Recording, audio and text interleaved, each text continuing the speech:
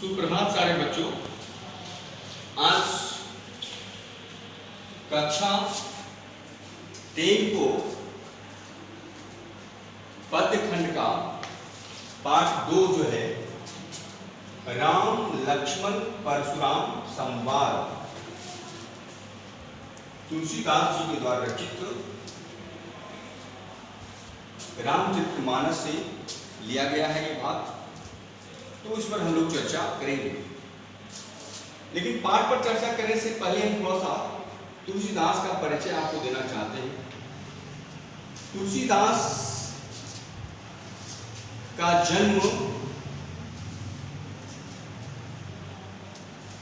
1532 ईस्वी में उत्तर प्रदेश के बांदा जिले के राजपुर गांव में हुआ था। कहाँ हुआ था? उत्तर प्रदेश के बांदा जिले के राजपुर गांव में। कब हुआ था? तो 1532 ईस्वी। कुछ दंत कथाएं ऐसी हैं कि जब तुलसीदास का जन्म हुआ था तो लोग कहते हैं या लोक कथाएं ऐसी प्रचलित है कि जन्म के साथ ही उनके संपूर्ण दांत उनके मुख में थे। तो सभी लोगों को बड़ा अचरज हुआ कि शायद यह बालक शुभकारी नहीं है, क्योंकि जन्म के कुछ दिन ही बाद उनकी माता की मृत्यु हो गई, अर्थात माता का प्रेम से वह वंचित रह गया, जिसके कारण पिता को बहुत उसके प्रति घृणा उत्पन्न हुई कि यह बालक अशुभ है, जो जन्म के साथ ही अपनी मां को खा गया, यह बालक शुभ नहीं हो सकता। और ऐसा कभी नहीं हुआ हो कोई बच्चा जन्म के साथ ही दांत लेकर के पैदा हो, निश्चित रूप से यह बच्चा अशुभ है। इसलिए पिता का भी स्नेह उन्हें नहीं मिला, इसलिए बचपन उनका बड़ा संघर्षपूर्ण रहा। परंतु यह सत्य भी है कि जहां कठिनाई हो, जहां संघर्ष हो, सफलता वही मिलती है।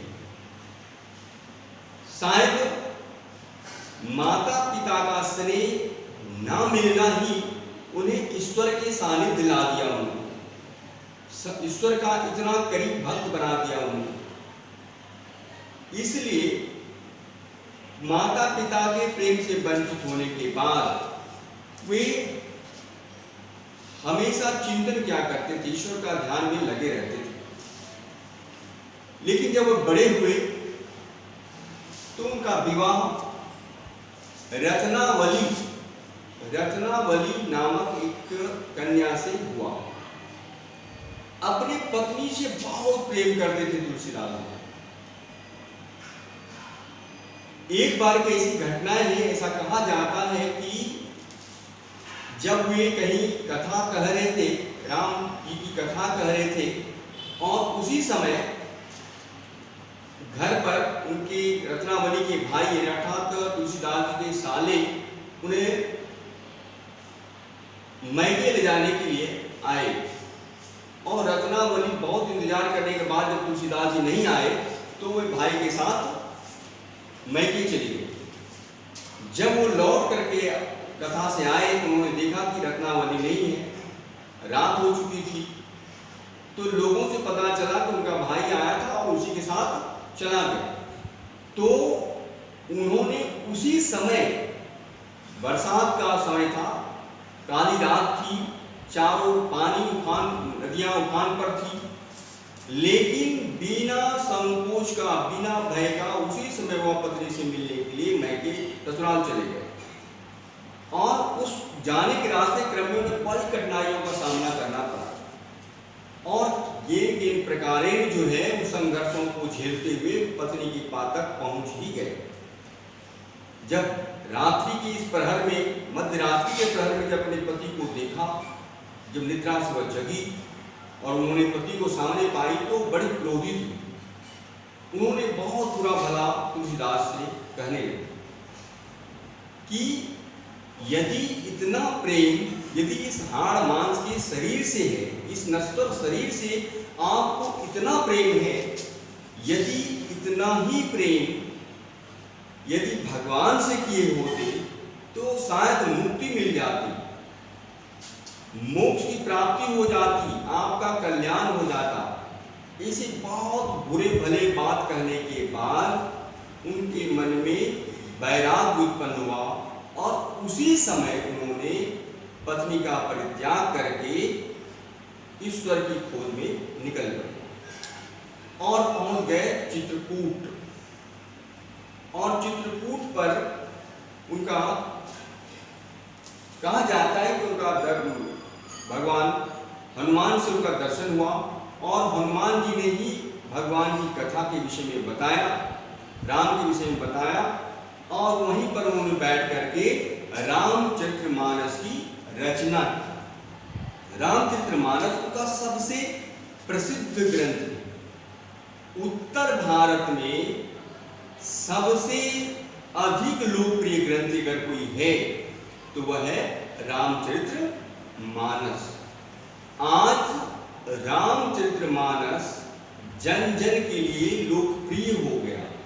लोकप्रिय इसलिए है क्योंकि एक तो उसकी भाषा बड़ी सरल थी और उस समय अवधी भाषा में लिखी गई थी और अवधी भाषा बहुत उसमें प्रचलित भाषा थी, क्योंकि उसमें हिंदी भाषा थी नहीं, उसमें अवधी भाषा या ब्रज भाषा का अधिक बोलबाला था। तो अवधी भाषा उसमें बहुतायत जगह बोली जाती थी, इसलिए लोकप्रिय भाषा थी अवधी।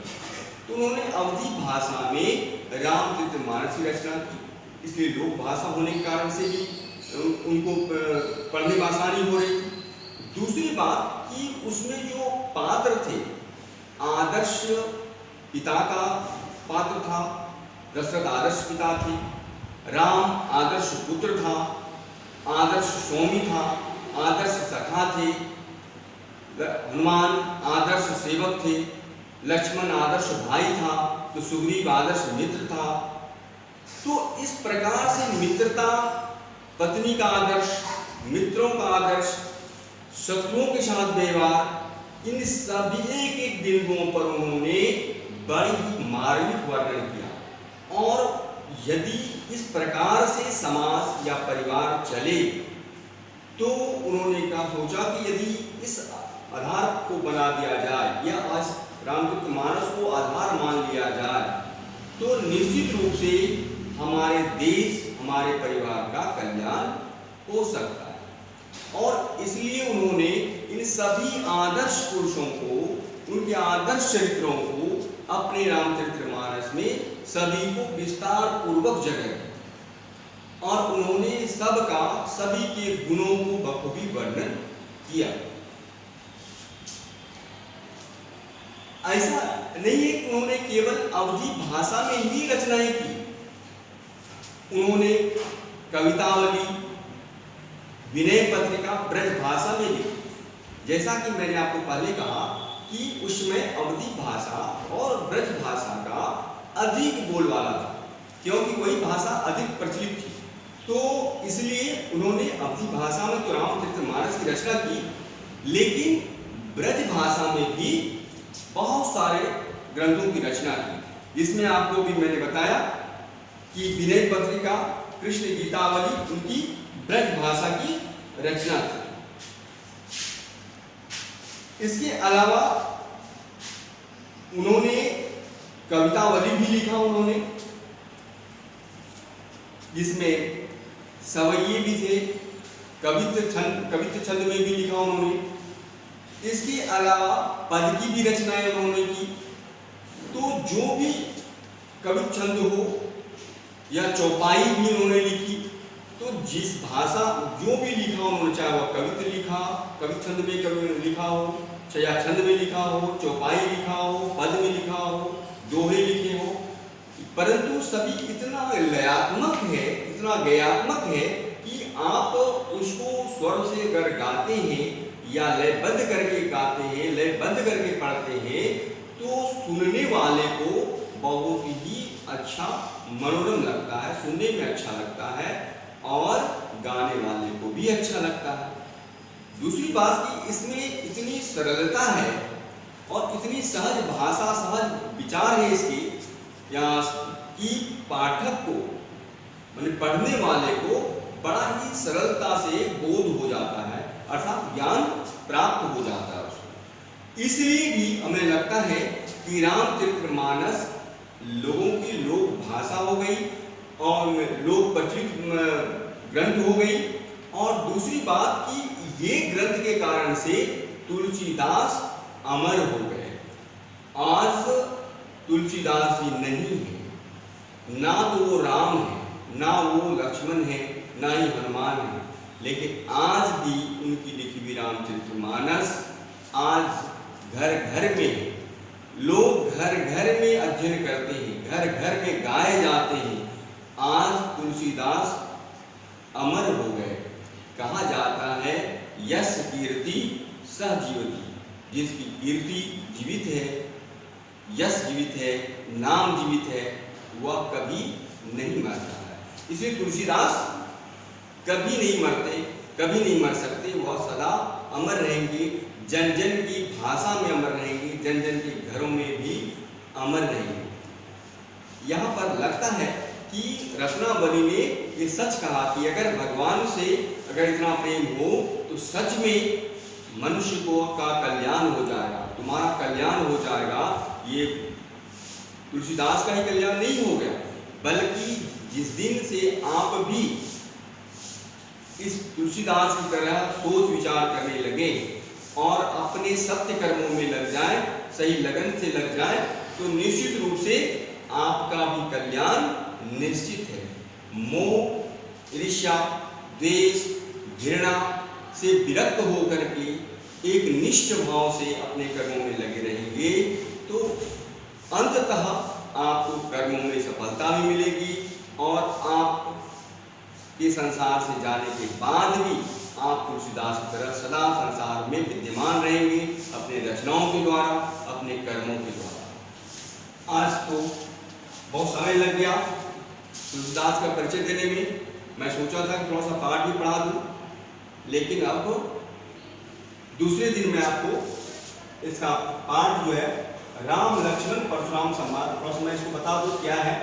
तो ये राम लक्ष्मण परशुराम संवाद, तो राम जैसा आपने जानते हैं कि इसके जो रामचरितमानस के नायक हैं राम, लक्ष्मण और परशुराम संवाद, ये बालकांड से लिया गया है।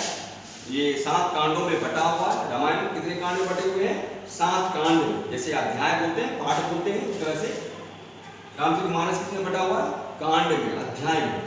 तो इसमें से जो पहला कांड है बाल कांड, तो बाल कांड से राम लक्ष्मण परशुराम संवाद लिया गया है। तो विशेष संवाद है कि बातचीत, तो राम लक्ष्मण और परशुराम के बीच जो बातचीत हुई, कहाँ हुई बातचीत?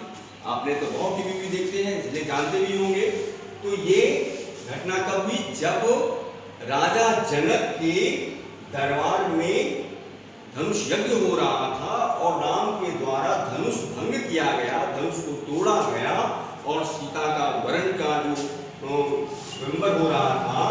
तो उसी समय परशुराम जी शिव के बहुत बड़े भक्त थे और शिव का धनुष था और शिव के धनुष टूट जाने से उन्हें बहुत क्रोध हुआ और इसलिए उस क्रोध के कारण से जो बातचीत हुई राम लक्ष्मण परशुराम के बीच कि किस प्रकार से लक्ष्मण जी ने या राम ने और परशुराम जी ने कौन कौन सी बात तर्क दिया धनुष टूटने का, क्या बातचीत हुई, ये आप पाठ पढ़ेंगे तो आपको समझ में आएगी।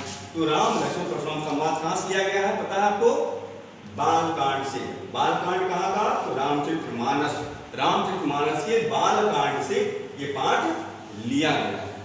ठीक है, तो फिर नेक्स्ट डे हम जो है हम इस पर चर्चा करेंगे, इस पाठ पर। आज इतना ही।